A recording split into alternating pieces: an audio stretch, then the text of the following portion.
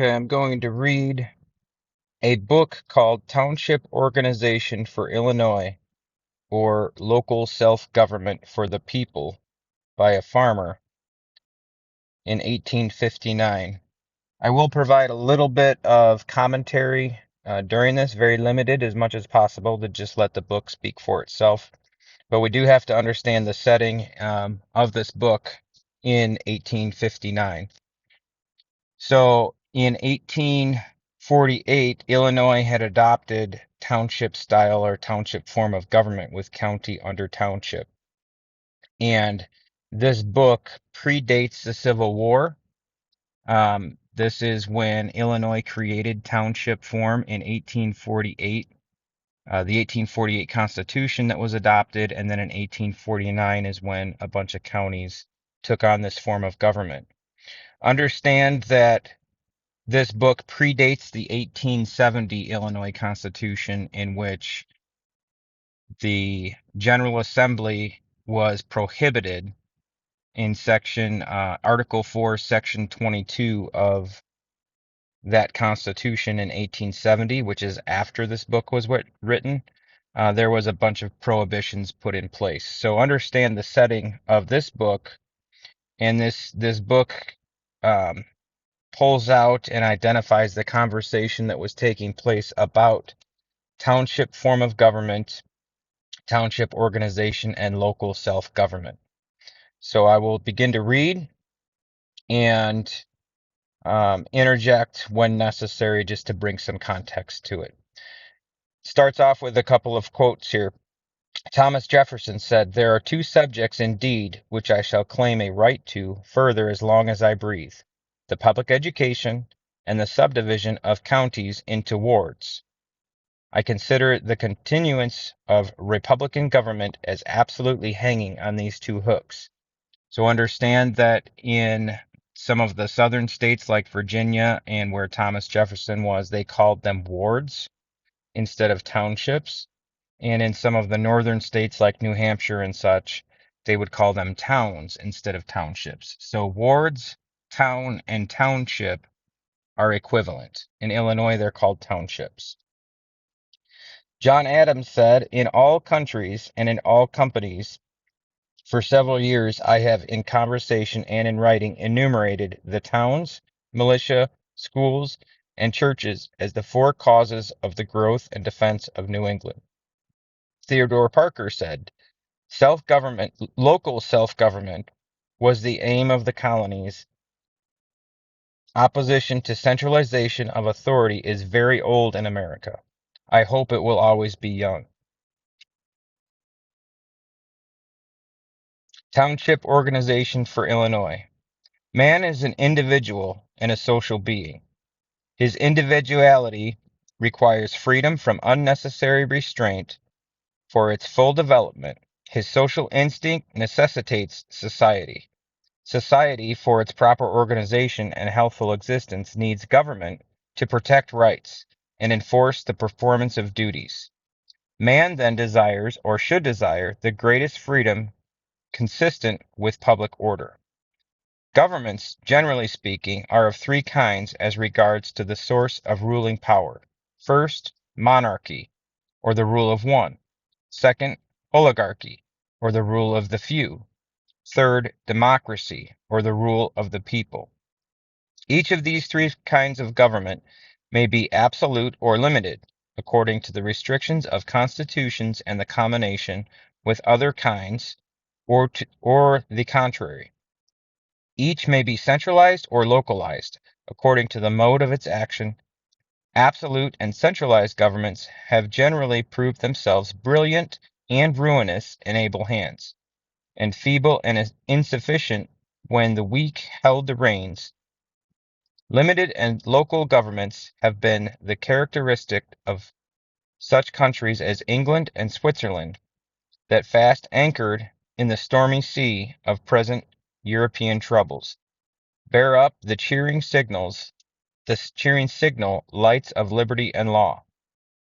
The principle of monarchical governments, according to Montesquieu, is honor. That of an oligarchy is moderation. That of democracy virtue. The last demands most of the people. Freedom, says Josiah Quincy, has no perfect security but virtue. Virtue none but knowledge. Knowledge, virtue, freedom, material prosperity should be both the means and end of good democratic government, and such as ours by the acts of our fathers and the consent of their posterity. Our fathers acted with equal wisdom in declaring themselves against centralization and in favor of the diffusion of political power among the states. Posterity also sustains this decision. The same question of centralization or diffusion, federalism or republicanism, comes up in organizing the government of a single state and county. And here I arrive at the question I propose to discuss. Is local self-government preferable to general government? I affirm that it is. First, because it is abstractly considered most likely to increase knowledge, promote virtue, enlarge the liberties, and increase the material prosperity of the people among whom it exists. The argument from theory. Second, because the most eminent writers who have expressed an opinion on the subject have without exception declared themselves in its favor. The argument from authority. Third, because an examination into its history and workings in our own and other countries prove it experimentally to be the best. The argument from experience. It seems reasonable that self-government should be the best for the following reasons. Number one, it increases knowledge. In a country where every voter is a legislator, he becomes acquainted with parliamentary forms, with the laws, and with the transaction of public business. A small state is formed, whose simple machinery of government every voter comes to comprehend, and comprehending which he can appreciate and judge the movements of more general governments, resist their insidious encroachments, and preserve his own liberties.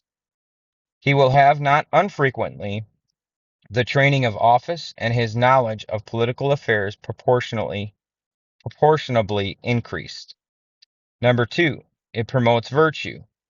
In small communities, men are more apt to rise above the considerations of general parties and to elect their best men to the most important offices, which they are enabled to do from a personal knowledge of the candidates.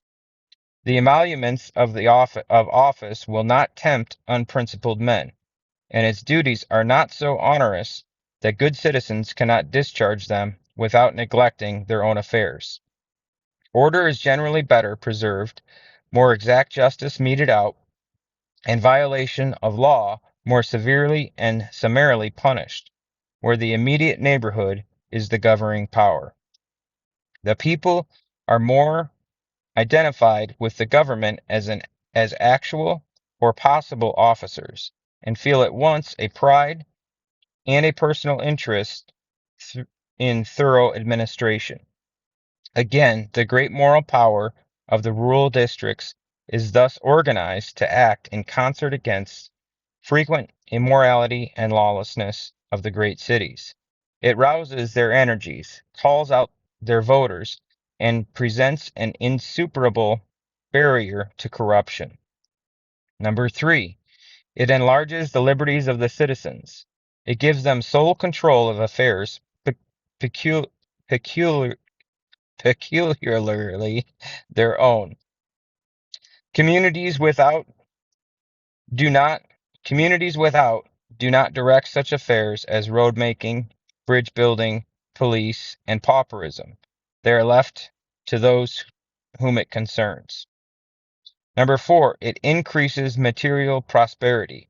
It is more economical, first, from throwing the offices into rural districts where their support is less expensive, and secondly, from putting them under the immediate eyes of the electors. For the latter reason, it will be more thoroughly administered. It creates a local public spirit of which, if sometimes narrow and selfish, does nevertheless much good for the community. For these and other reasons, eminent writers upon politics have quite invariably given their testimony in its favor. Said John Adams in a letter to Abbe de Mabley written in 1782, "The towns are certain extents of country or districts of territory into which Massachusetts Bay, Connecticut, New Hampshire, and Rhode Island are divided. These towns contain upon an average, say 6 miles, or 2 leagues square. The inhabitants who live within these limits are formed by law into corporations or bodies politic, and are invested with certain powers and privileges, as example, to repair the great roads or highways, to support the poor, to choose their selectmen, constables, collectors of taxes, and above all, their representatives to legislature, as also the right to assemble whenever they are summoned by their selectmen in their town halls, there to deliberate upon the public affairs of the town, or to give instructions to their representatives in the legislature. The consequences of these institutions have been that the inhabitants, having acquired from their infancy the habit of discussing and deliberating and of judging public affairs, it was in these assemblies and towns or districts that the sentiments of the people were formed in the first place, and their resolutions were taken from the beginning to the end of the disputes and the war with Great Britain." Mr. Adams elsewhere speaks of the New England towns as, quote, "little democracies that have rocked the cradle of liberty and trained the people in the practice of public affairs." Thomas Jefferson, without Mr. Adams' experience, the subdivisions of Virginia being counties merely, arrived theoretically by the observation at the same conclusions. In a letter to Sam Kercheval on the Constitution of Virginia, written in 1816, he says, "Divide the counties into wards of such size that every citizen can attend when called on and act in person. Ascribe to them the government of their wards in all things relating to themselves exclusively. A justice chosen by themselves in each, a constable, a military company, a patrol, a school, the care of their own poor, their own portion of the public roads, the choice of one or more jurors to serve in some court, and the delivery within their own wards of their own votes for all elective officers of higher sphere, will relieve the county administration of nearly all its business, will have it better than, will have it done, will have it better done, and by making every citizen an acting member of the government in the offices nearest and most interesting to him, will attach him by his strongest feelings to the independence of his country and its republican constitution. These wards, called townships in New England, are the vital principle of their governments, and have proved by themselves the wisest invention ever devised by the wit of man for the perfect exercise of self-government, and for its preservation. We should thus marshal our government to, number one, the general federal republic for all concerns, foreign and federal. Number two, that of the state for what relates to our own citizens exclusively. There is, says the gentleman of Connecticut, more of a check on improper conduct where every officer is known by nearly every voter than in the county system, where to all save those of his own town he is a stranger. If you want economy, honesty, efficiency, try our system and you will have them. Number three, the county republic for the duties and concerns of the country. And number four, the ward republics for the small, yet numerous and interesting concerns of the neighborhood. and in government, as well as every other business of life. It is by division and subdivision of duties alone that all matters, great and small, can be managed to perfection.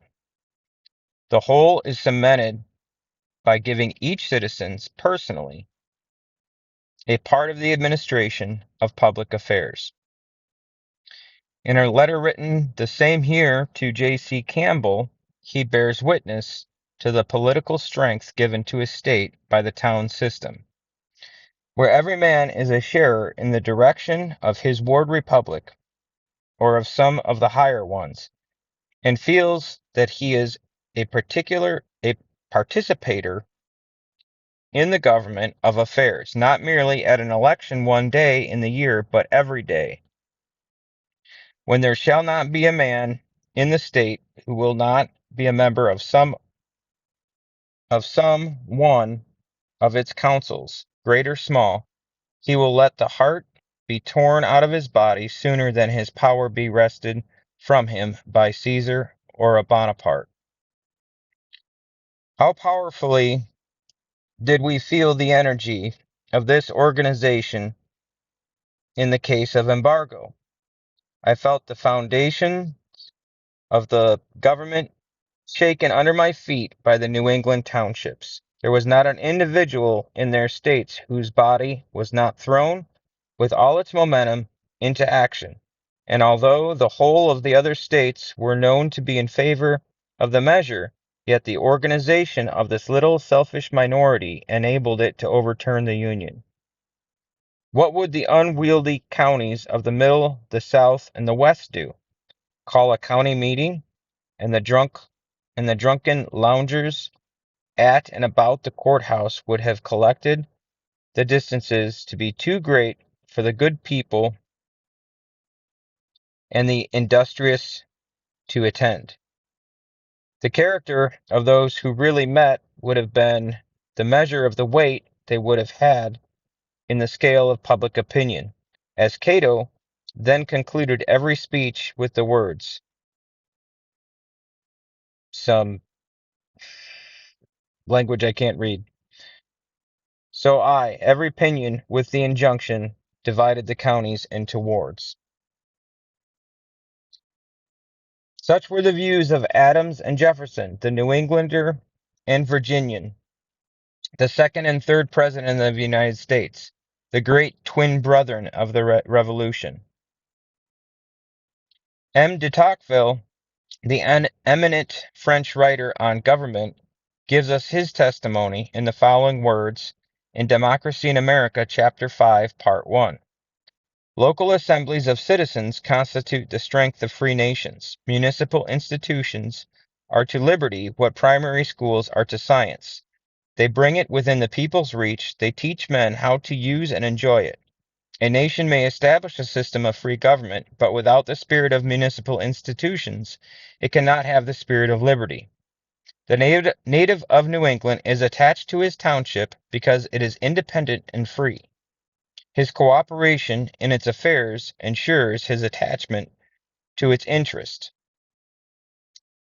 The well-being it affords to him secures his attention, his affection, and its welfare is the aim of his ambition and of his future exertions. He takes part in every occurrence in the place. He practices the art of government in the small sphere within his reach. He accustoms himself to those forms which can alone ensure the steady progress of liberty. He imbibes their spirit. He acquires a taste for order, comprehends the union of balance of power, and collects clear, practical notions of his duties to the extent of his rights. M. D. Malesherbes, the French statesman quoted by de Tocqueville, speaking in 1775 in the name of Corps des Aides concerning the municipalities of France, said to Louis the Fourth, every corporation and every community of citizens retain the right of administering his own affairs, a right which only forms from the primitive constitution of the kingdom, but has a still higher origin, for it is the right of nature and of reason. Page 7.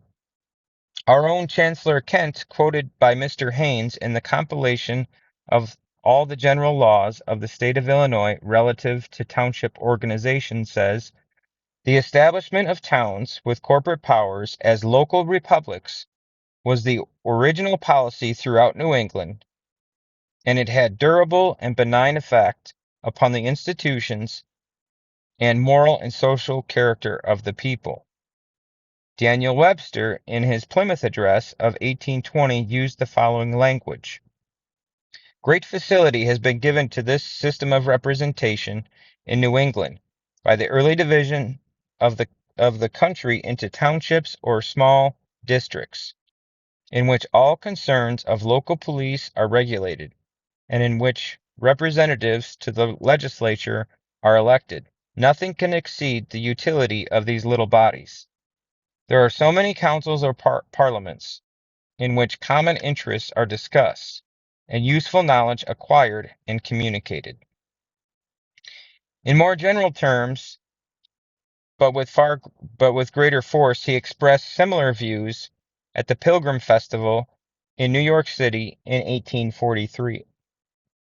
"Circumstances have wrought out for us a state of things which in other times and other regions philosophy has dreamed of, and theory has proposed, and speculation has suggested, but which man has never been able to accomplish. I mean the government of a great nation over a vastly extended portion of the earth by means of local institutions for local purposes and general institutions for general purposes. I know nothing in the history of the world, notwithstanding the great league of the Grecian states, notwithstanding the success of the Roman system, and certainly there is no exception to the remark in modern history. I know nothing more suitable, on the whole, for the general interest of a great people spread over a large portion of the globe, as the provision of a local legislation for local and municipal purposes, with not a confederacy nor a loose binding together of separate parts, but a limited, positive general government for positive general purposes over the whole." M. Guizot, in his memoirs, quoted in the Edinburgh Review in October 1858, with his usual felicity, points out the advantages of local government and the difficulties of centralization. "Where administration and policy are equally free, where local affairs are discussed and decided by local authorities and influences, and neither derive their solution from the central power, which never interferes except when the general interests of the state absolutely require it to do so, as in England and in the United States of America, in Holland and Belgium, for instance, the representative system readily accords with an administrative government, which never appeals to its cooperation, except on important and rare occasions. But when the supreme authority undertakes at the same time to govern with freedom and administer by centralization, when it has to contend at the seat of power for great affairs of the state, and to regulate under its own responsibility in all the departments the minor business of every district, two weighty objections immediately present themselves: either the central power, absorbed by the care of national questions and occupied with its own defense, neglects local affairs and suffers them to fall into disorder and inaction; or it connects them closely to general questions, making them subservient to its own interests, and thus the whole system of administration, from the hamlet to the palace, degenerates on an implement of government in the hands of political parties who are something contending for power." Dr. Lieber, in his Civil Liberties, says self-government to be of a penetrative character requires institutional self-government of the country or district. It requires that everything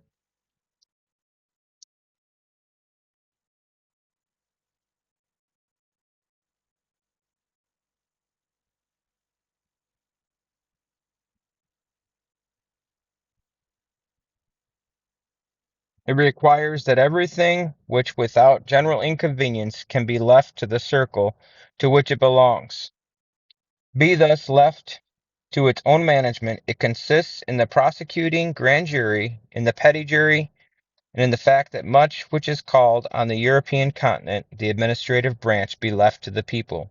It requires, in one word, all the local appliances of government, which are termed local self-government, and Niebuhr says that British liberty depends at least as much on these as on Parliament, and in contradistinction to them. He calls the government of the continents stats regurgen, state governments, meaning governments directing all detail by the general and supreme power. In Massachusetts Convention for the forming of a new constitution in 1853, the following gentlemen, in discussing the new basis of representation, gave their testimony incidentally in regarding their town system. The Honorable Geo Hillard, an eminent lawyer and author, said, "Without municipal institutions, there is no constitutional liberty. These local, separate, and independent assemblies, through which the lifeblood of the nation flows and circulates, in which matters are discussed important enough to awaken interest, yet not important enough to arouse ambition, are the fountains from which our political prosperity has flowed. May they remain as pure as they have hitherto been." The Honorable Whiting Griswold said, "There is a strong natural tendency in towns to equality and republicanism and democratic forms of governments. All men meet in town meetings upon a level, the rich, the poor, the high, the low, the learned, the ignorant. What a model for government!" The same gentleman read an abstract from a letter written by a distinguished son of Virginia whom he did not feel permitted to name, which the latter says, My admiration of your townships is perfectly unabated, since I had the pleasure of seeing you at Pittsfield. They are models after the plan of King Alfred's hundreds, and organized as you have them, are small republics that constitute the main strength, to use Mr. Jefferson's expression, of the larger one. I should be sorry to see anything done to break down their organizations. I ascribe to their influence much of the prosperity of the Eastern states and most of their power in the affairs of the Union. The Honorable Rufus Cahote, who was in this convention, spoke as follows: "The system is this: the inhabitants of the town, as such, are charged with certain public affairs, by the care of which they become trained to business, instructed, elevated. What are these affairs? Education, pauperism, the care of the public ways, the police of the town, its finances, the election of its officers, the giving of votes for officers present to represent the people in government. To administer these affairs, they meet in town meeting, they think and exchange opinions, they discuss and decide, and thus they become accustomed to the business, to the formation and expression of thoughts, to know and feel and act out what is meant by public life, as distinct from the selfishness and insulation of mere personal toil for personal gain. Besides all this, they have ever been accustomed occasionally to meet and consider of the subjects of extraordinary interest, by which the nation or the state or by which the nation or the state is from time to time aggregated. and such meetings have also been have also formed of some of the same general principles. The Honorable Benjamin Hallett remarked, and now let me say in conclusion that regarding these little republics of towns as the very elements of our wholesome moral political institutions, as the altars upon which are annually offered incense to patriotism, which, like devotion, is strengthened by frequent ritual observance, and from the practice of which for centuries by the congregations in town meetings assembled. We have been made such a people as we are. Let us stand here today firmly upon the old principle of corporate representation for the towns. The Honorable Chase Upham of Salem said, no gentleman has expressed, no one can express stronger sentiments than I entertain of the part which those towns have played from the beginning in the history of this Commonwealth. They have been indeed pure and real democracies, popular sovereignties, and locals and schools of self-government. Through them, the people of this Commonwealth have been indoctrinated generation after generation in the great principles of law and liberty, of freedoms and order. The organization of the small towns of this Commonwealth has been the instrumentality through which the people have been trained in attachment to the great principle of equality, and they have been taught that principle in combination with a respect for the wisdom of years and the lessons of experience.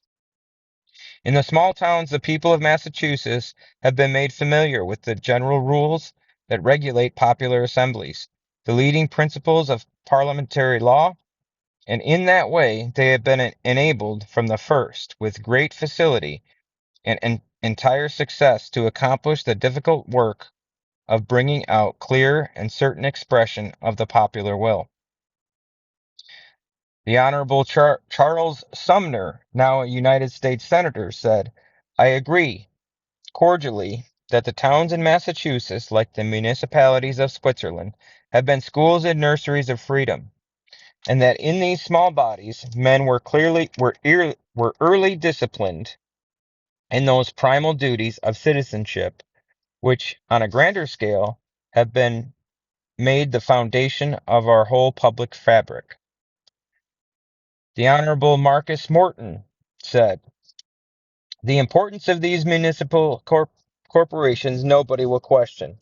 Nobody has higher opinion of the utility. Nobody attributes more to the prosperity of the Commonwealth to these municipalities than I do, and nobody has a higher opinion of their inculcating and establishing democratic principles. The subject of establishing bylaws and adopting petitions and remonstrances to the state or federal government and the passing of approbatory or denunciatory resolves often comes before town meetings and open for discussion the science of government and the whole range of politics. In these assemblies are learned the rudiments of legislation, the mode of transacting public business. Here are trained and prepared the future governors, judges, legislators of the Commonwealth. No one appreciates these democratic schools more than I do, or would be more unwilling to destroy or diminish their power and usefulness. Theodore Parker, in a speech delivered at Boston in May 1858, says in speaking of American institutions, we have the foremost form of political institutions, with local self-government as ideal. We take that for the equivalent of freedom, while centralized government by others we look to as the same with slavery. Such have been the views without exception of some of the wisest and best men of our own and other countries in the present and past generations, differing wide, differing widely on other political questions. They pronounce, without exception, in favor of local self-government as maintaining the liberty, fostering the virtue, and increasing the intelligence of the people.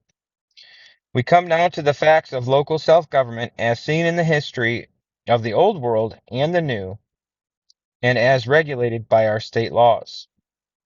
These can these can be but briefly imperfectly reviewed. The Attic demes established by the Kleinsteins 5 centuries before Christ appear to have been the earliest form of regular and continuous local self-government.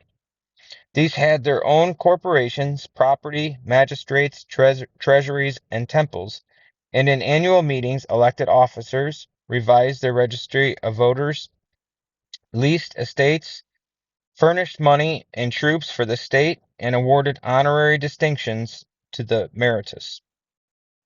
The Roman colonies, although in a centralized empire, appear to have chosen their own laws and magistrates, though they probably never attained the local freedom of the Grecian demes. The free cities of the Middle Ages were often permitted to have their own choice of magistrates, representation, a common property and seal, exemption from royal jurisdiction and tribute, and settled rules of inheritance.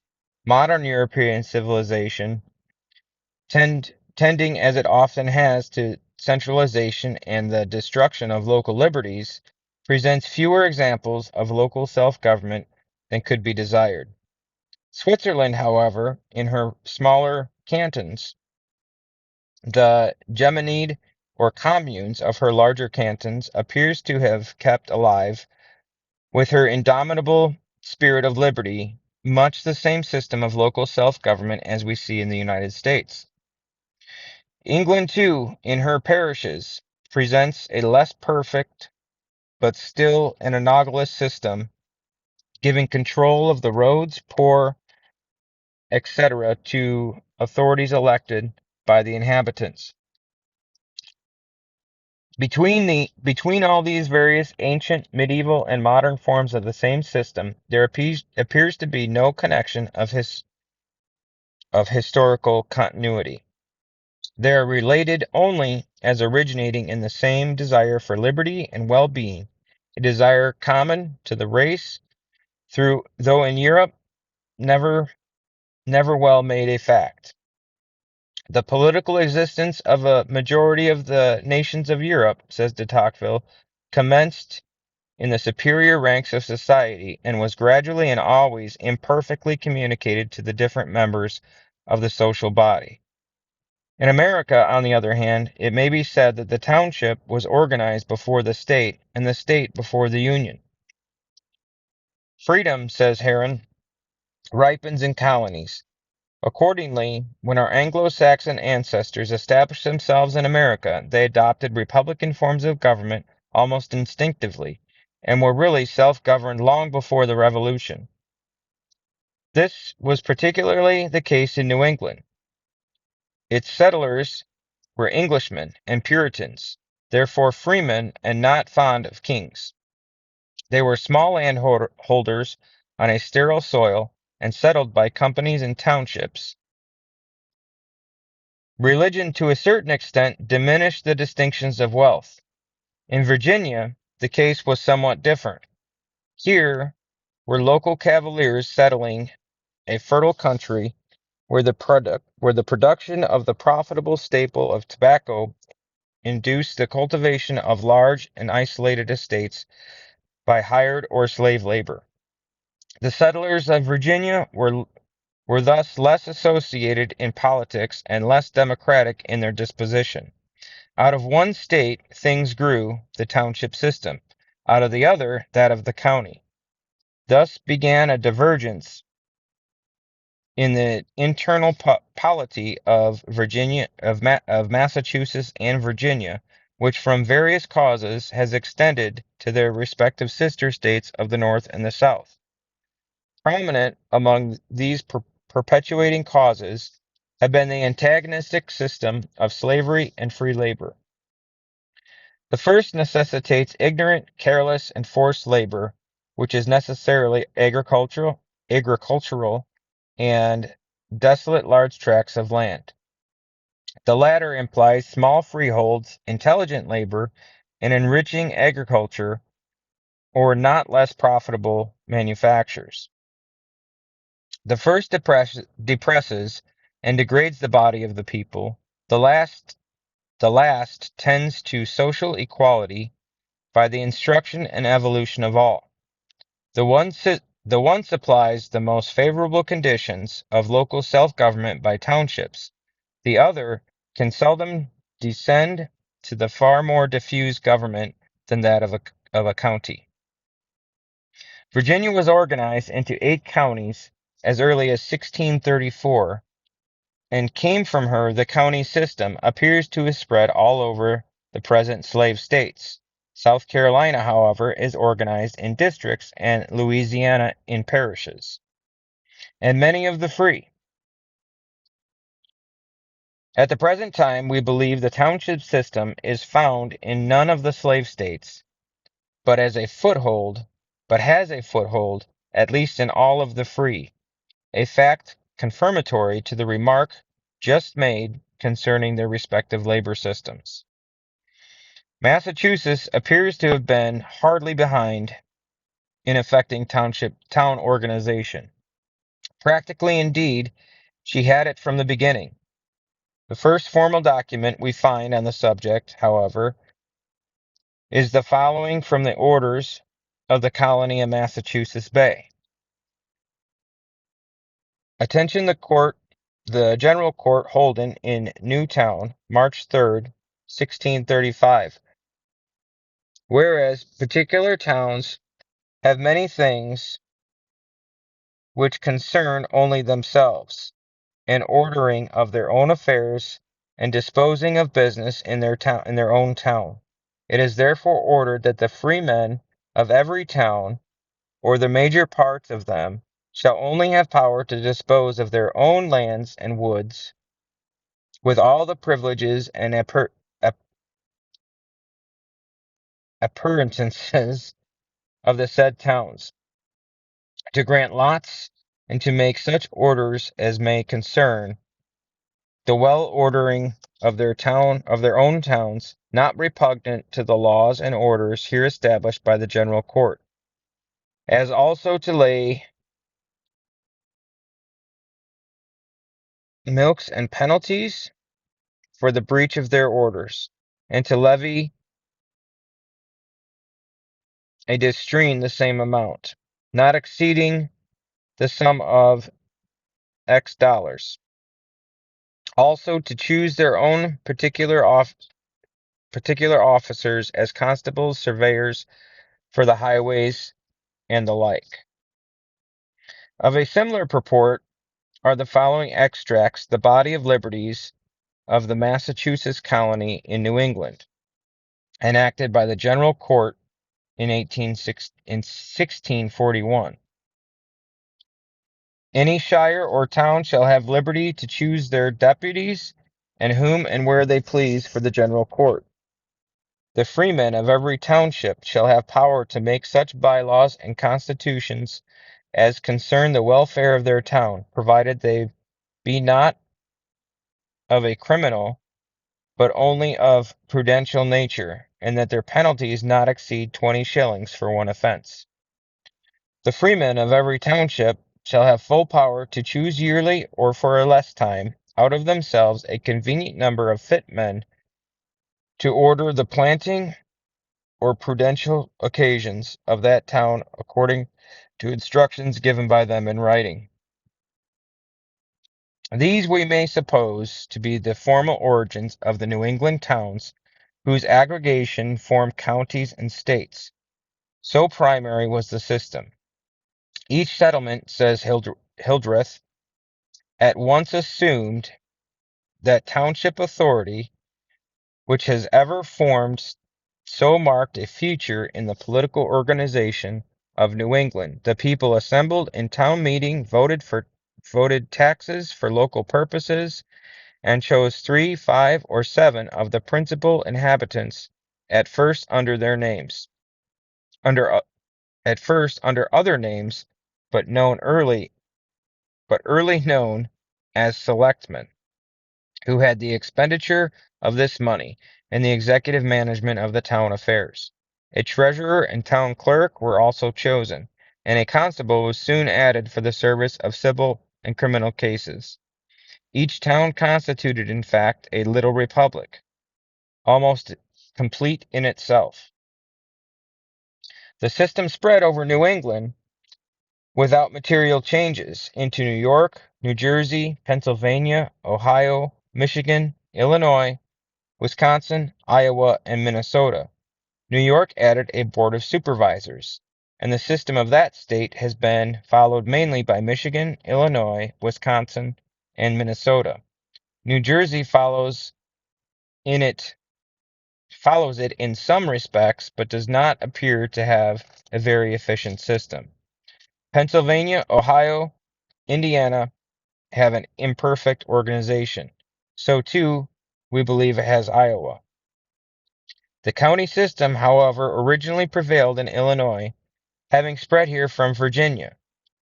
Previous to its conquest in 1778 by General Geo Rogers Clark, there was probably no local government in the country, and only a military rule of any kind.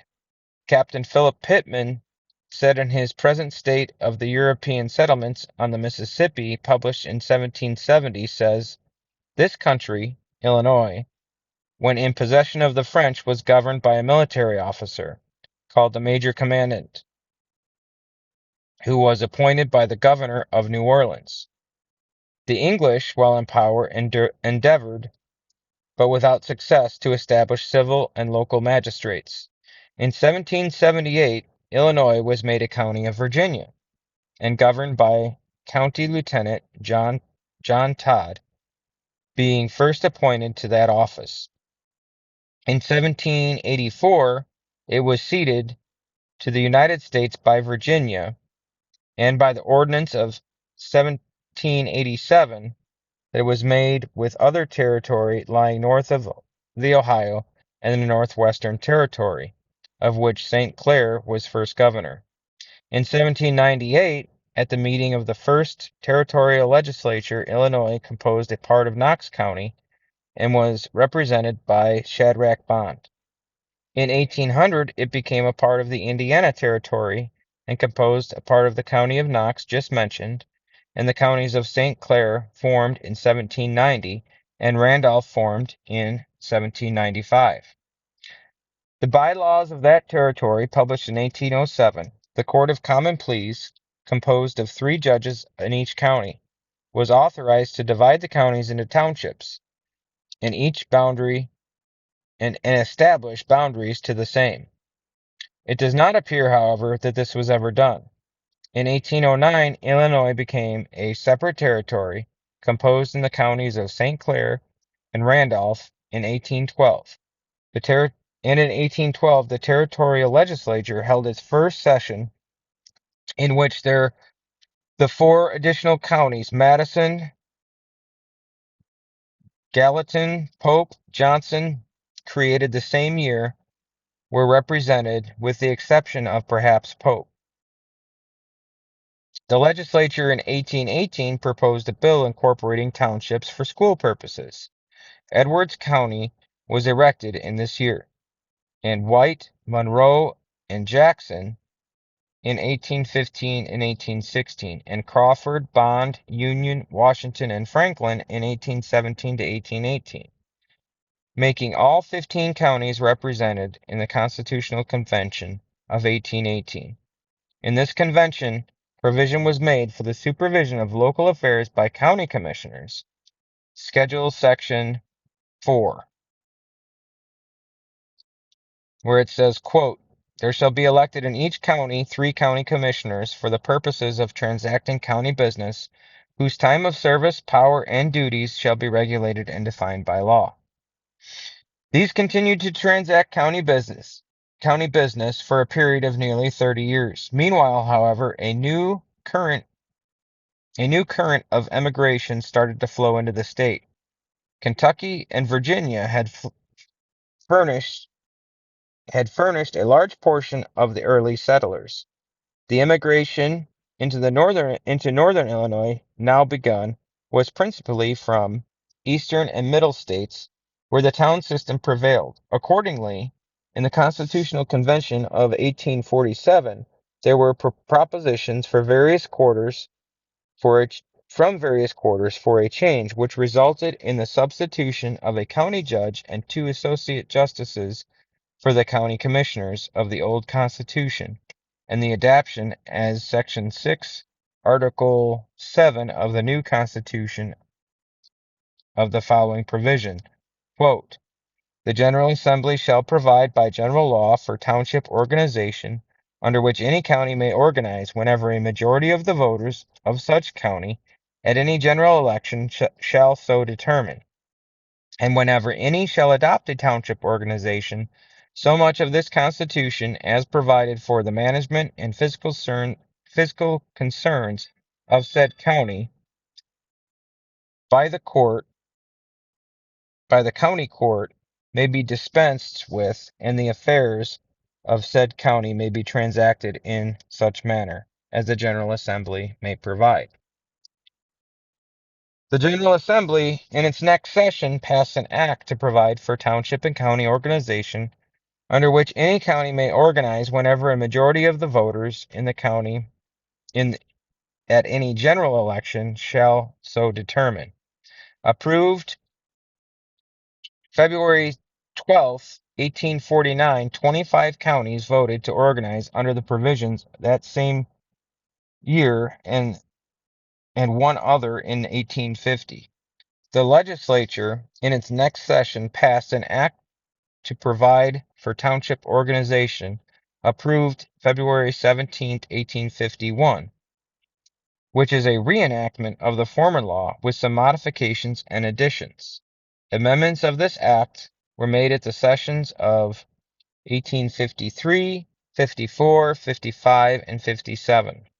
Under this act, one additional county voted to organize in 1851, 5 in 1852, 3 in 1853, 1 in 1854, 2 in 1855, 3 in 1856, 3 in 1867, and 2 in 1858.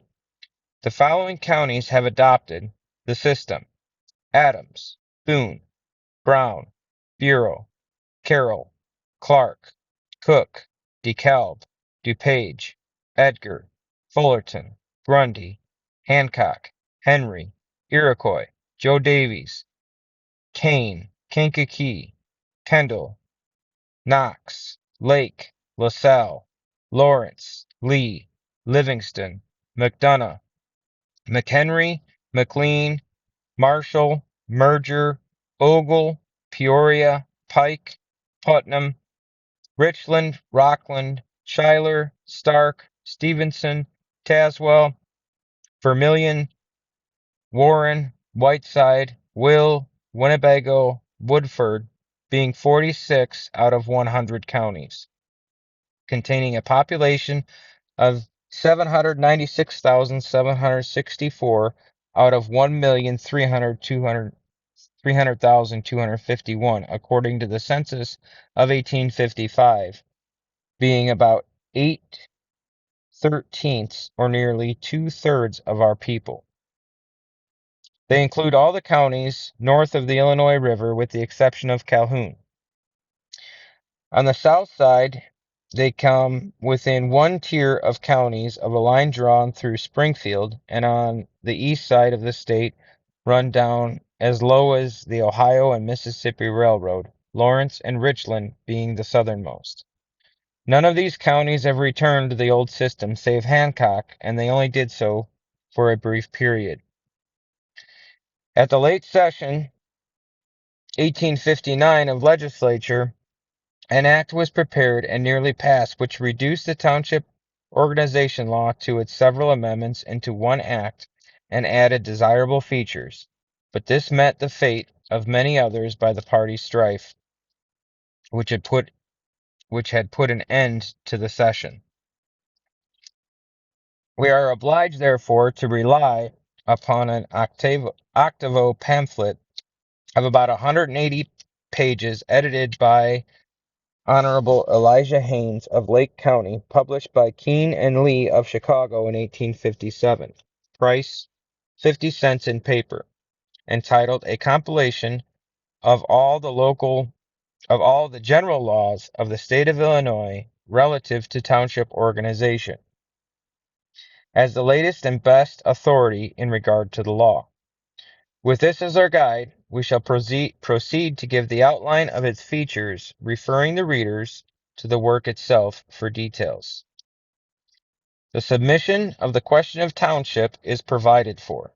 Upon petition of 50 voters residing in any county, a county court is required at the next general election to submit the question to the people. Should a majority of the whole number of votes cast at the election be for township organization, the system is adopted. Those who do not vote for it are counted against it. If 4,000 votes are cast, 2,000 of which are for the system, 1,000 against it, while 1,000 remain neutral, it would be defeated by their inactivity. In the desirable, therefore, for all to inquire into and to understand the subject, inasmuch as they must be friends or foes at the ballot box. Should township organization be adopted, the county court at its next session is required to appoint 3 commissioners who proceed to divide the county into townships, following as far as may be the government surveys.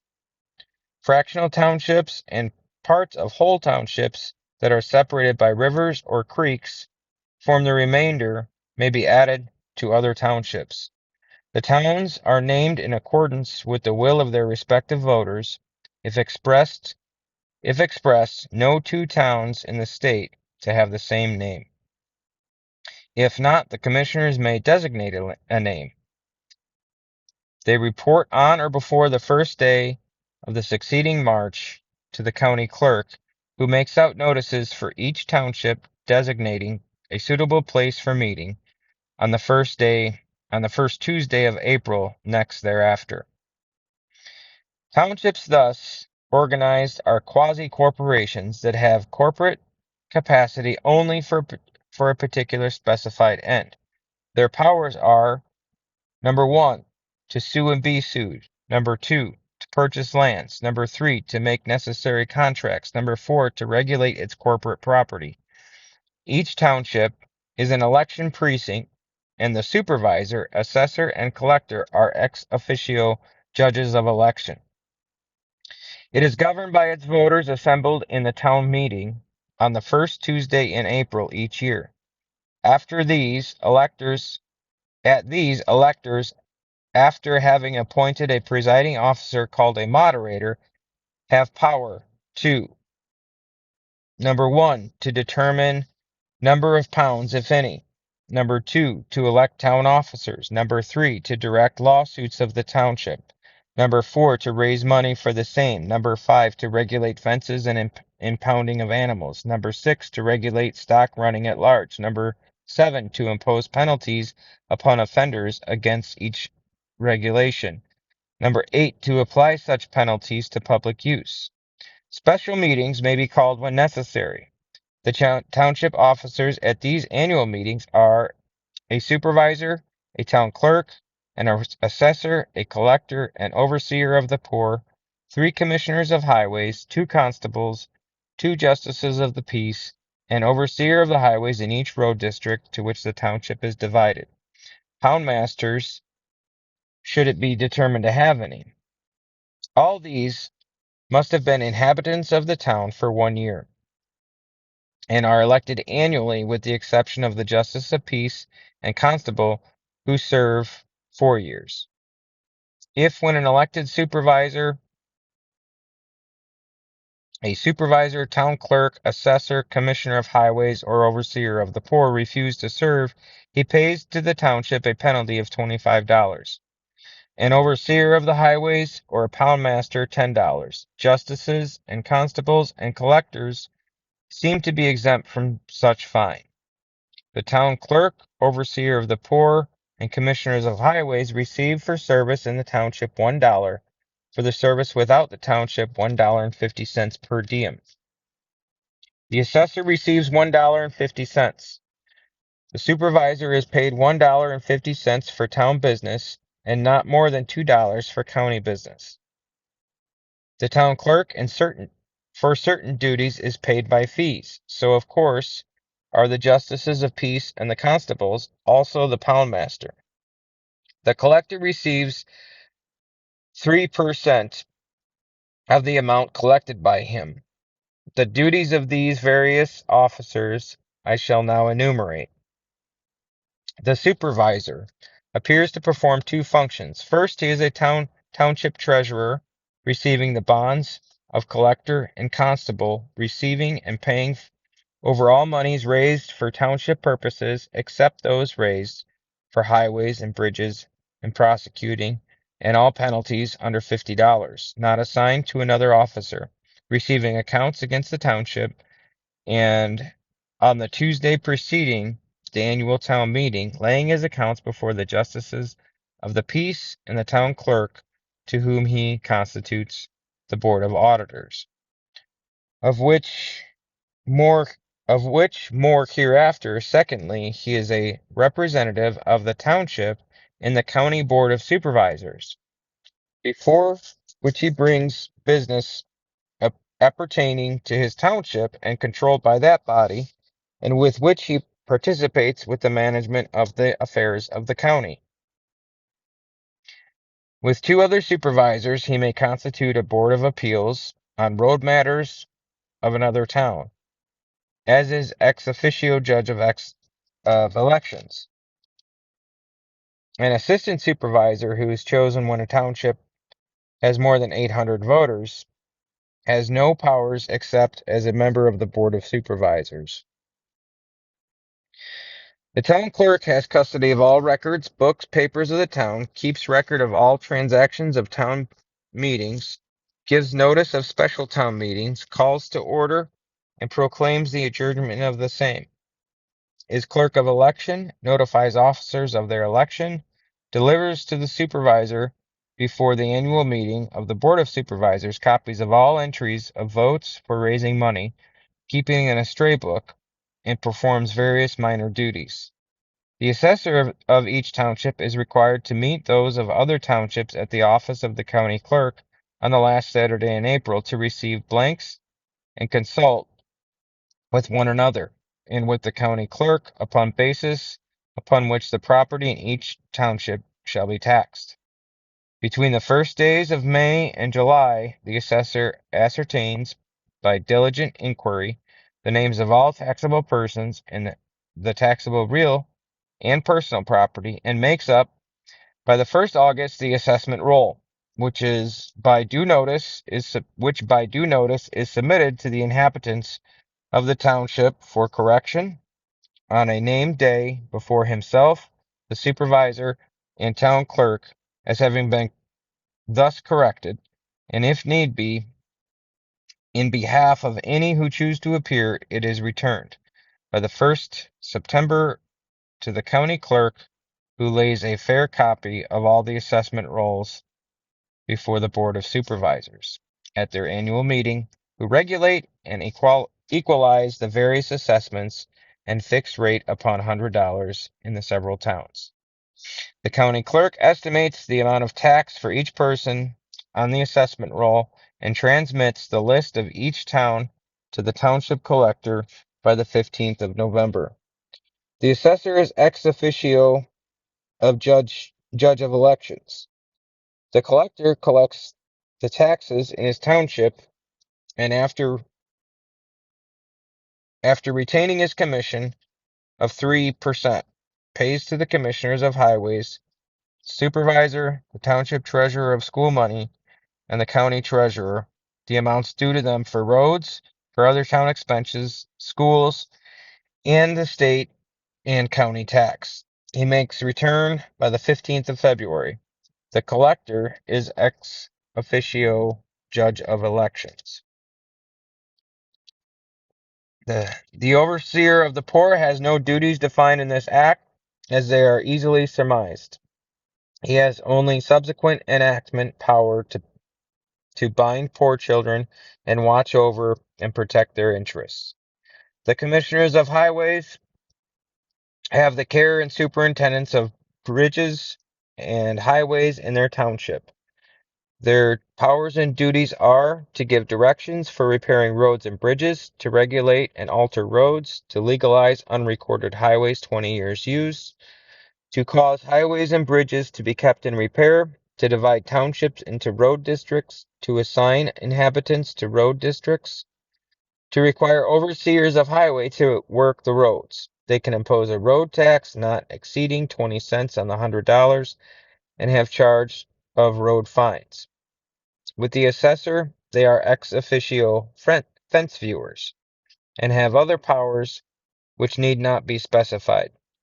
They are accountable to the Board of Auditors. The duties of justice of peace and constables are the same as under the present system. The duties of overseer of highways are to keep order in the highways in their respective districts, to warn all persons from whom road labor is due to work on the highways, to collect fines and commutation money, and execute lawful orders of the Commissioner of Highways, to deliver to the town clerk within 16 days of their election a certified list of all persons liable for road labor. The overseer of highways have the same duties as our present supervisors. One is elected for each road district in the township. Poundmasters are only needed where cattle are and etc. are not suffered to run at large. Their duties need not be enumerated. The Board of Auditors is composed of the supervisor, town clerk, and justices of the peace in each town. They meet semi-annually in April and September to audit accounts, charges, and damages against the town, and to certify the whole amount of charges to be levied on the property of the town to the Board of Supervisors. The Board of Supervisors, composed of supervisors of several towns, meets on the second Monday in September annually at the county seat.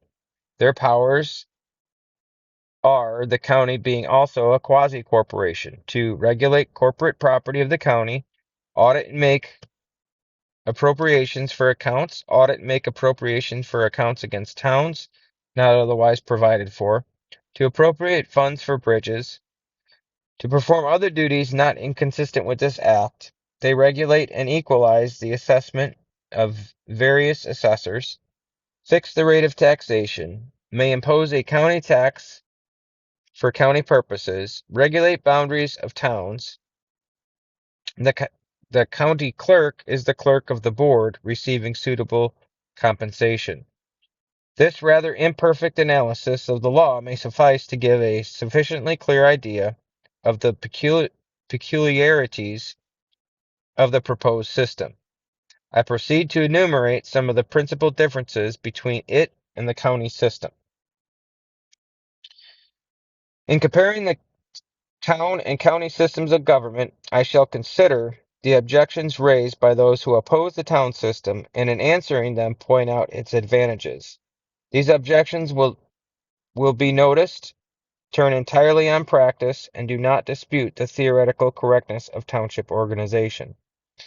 From this fact, it may be safely inferred that the experience and training under the new system will remove them bodily. Number one, it is affirmed to begin with that our township organization system is too complex and requires too many officers, that too many cooks spoil the broth.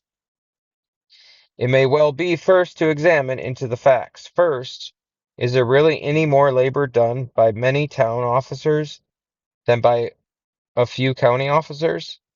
Let us suppose that it is nevertheless performed with the special knowledge, dexterity, and quickness attending to the division of labor. An assessor or collector whose residence is in the given township can manifestly do his work quicker and better than one who resides at a distance. He is moreover the choice of the people, not appointee of the county assessor. It seems as though such a multiplicity of officers should not be injurious.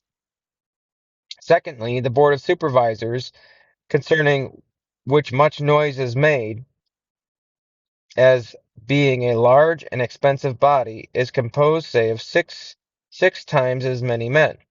16 is about the average number of towns in a county, meeting 1/4 as often, sitting about half as long, and paid about half as much per man, possibly 2/3, the rates being as regard as expense, therefore, as 18 times 1 times 1 times 1, or as 18 to 48, a formula which mathematical men may consider as giving a very decided argument in favor of township organization. But admitting the full force of the objection, it has not been most simple governments that have proved to be the best. The autocracy of a czar is one of the most simplest governments extant. There is no more illogical and complicated than that of England. A second objection urged is the burden of making roads, particularly building bridges, would fall unequally upon various towns. We reply, certainly not more so than now. Do not sometimes, yea often, the taxes of an unbridged part of the county go to pay for bridges in another portion? And to whom would the building a bridge more properly belong than the inhabitants of the town in which it stands, or who would, as a general rule, most use it? And if there were cases where towns needed assistance, the Board of Supervisors is empowered to give it, and doubtlessly would. A third objection is that the new system would be more expensive. Is it, in fact? Perhaps, at first it might be so. The introduction of new systems and new laws generally creates extra expense until they are fairly in operation. It is possible, too, that the inhabitants of some towns, knowing where their money would be spent, would tax themselves more freely to make their roads and bridges good, or for other works of public utility. But I believe the general argument already advanced, that town officers in rural districts and under immediate eye of their constituents would be more apt to be frugal and honest, still holds good. Another difficulty advanced is that men would be unwilling to hold these small offices. Such is not the general experience. I would be willing to affirm, in those regions where town systems exist, offices generally, however insignificant, are seldom without aspirants, more as an object of ambition than a means of gain. Those who seek them generally desire to perform their duties. These have the great merit of offering few inducements to the avarice of corrupt men. This matter has been already partly tested by experience. At the present time, we do not find much difficulty in getting good men to fill the offices of township, school trustees, and treasurers. So far as it is known, they are nearly always men of integrity, often of ability. A fifth objection is the incapacity, or rather ignorance, of the inhabitants of many townships. If it were desired to offer an argument in favor of township organization, this objection is the strongest. Granted, it would be the fact which most men who will consider the men of their own townships will deny. It is certain that no means could be devised or be more desirable to educate them in that political knowledge which is indispensable to every American citizen than to give him the management of their own affairs. They cannot learn too soon. Another argument much advanced in the opposition is that cattle and other stock cannot under township run at large.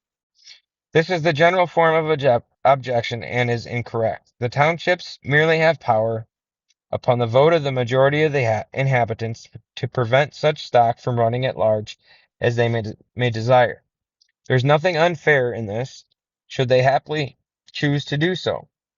And the expense of keeping up hogs, for instance, would certainly be very much less than it now costs to fence them out. But this matter is entirely optional with the inhabitants of the township. They need never prohibit cattle from running at large unless they choose.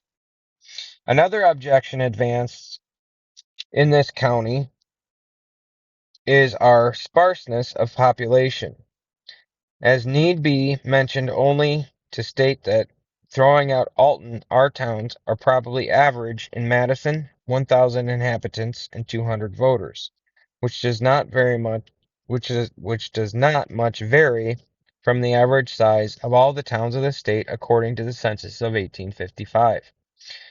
The average is probably a good deal increased by the increase in population since that time. Such are the arguments to which the opponents of the system are reduced. They would scarcely be worth refutation if they had not considerable effect upon the minds of those who have not yet had the opportunity to examine for themselves. The objections to the county system are in part as follows. The county court is but imperfectly a representative body, and does not appreciate, understand, or look after the interests of every part of the county equally with those parts from which the three members come from. This is a fact known to all, and inasmuch as the county seat and certain parts of the extreme of the county generally furnish the three members of the county court, certain districts are for long periods quite neglected in county legislation. The Board of Supervisors in every township is represented by a person having a direct interest in his welfare. Seems altogether preferable. The management of roads and bridges is unsatisfactory. Bridges are badly built at a great expense, and road districts are badly managed. It is conceded that a township would be more economical and thorough in this respect, on account of the more adequate interest of the citizens, both in paying for the work and making use of the results. The assessment and collection of taxes is not well done. A county assessor must employ assistants who assess two or more townships each, and often make careless and imperfect returns. The collection of taxes requires the personal attendance of the taxpayer and much waste of time by both him and the collectors. In these respects, the town system commends itself to our favor. These are inherent evils of the county system. In conclusion, here are a few opinions of gentlemen in the state concerning the actual workings of township organization. A gentleman of Ogle County speaks as follows in the board of Supervisors, concerning which most anxiety appears to be felt. I have attended meetings of the Board of Supervisors in this county as supervisors from this town, and know that the board is so arranged in this manner of doing county business as general to combine great dispatch of business with great correctness in accomplishing the same. A gentleman of Bureau County, which has been organized into town since 1849, writes as follows to a friend in Madison. I learned from Sheriff Norton and others the town organization works well generally, and in this town, Princeton, first rate. They say the people would not return to the old plan under any consideration. Here's a testimony of a resident of Tazewell County. In reply to information wanting about township organization, we think it far preferable to the county plan. First, we have the collection of our own taxes in each town. Then, if there is any error in listing property, it can be more easily rectified. The assessments are generally more correct than those made by county assessors. Supporting our own poor, we think great saving, as most of the paupers are made and found in large river towns. Hence, there is not the chance to impose on us that there is under the county supervision. It is said by our supervisor that each town being represented in the supervisor's court, the wants of each can be attended without doing injustice to any. In county commissioners' court, parts of the county, thinly settled, are frequently entirely neglected without remedy.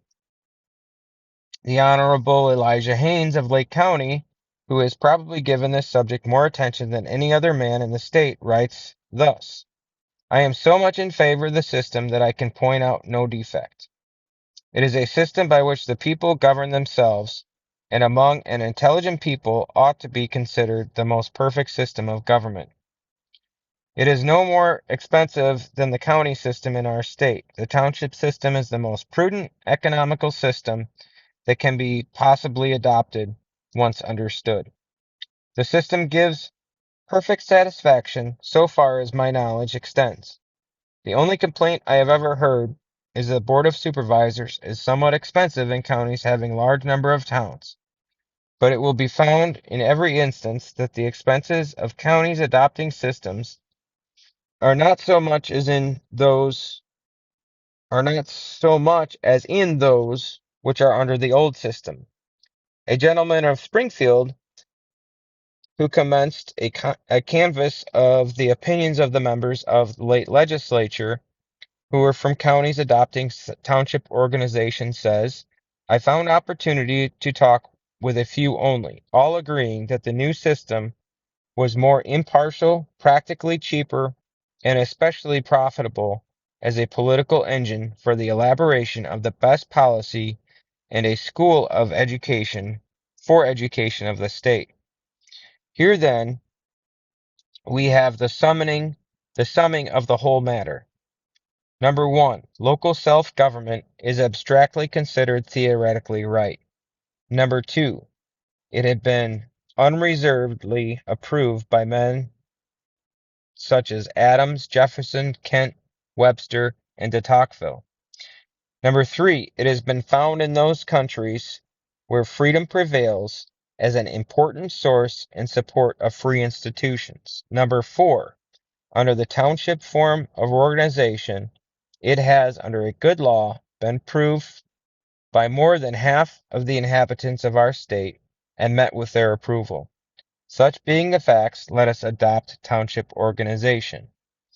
And at the end of the book here, it has an appendix showing that in November 6th, or some of them were November, it was the vote in November, the first Tuesday in November, 1849 was most of the counties, all listed here, for a total of 46 counties, took on this county under township form of government. And the last is an appendix number 2, that if you wanted to see and study that, this is specific to Madison County.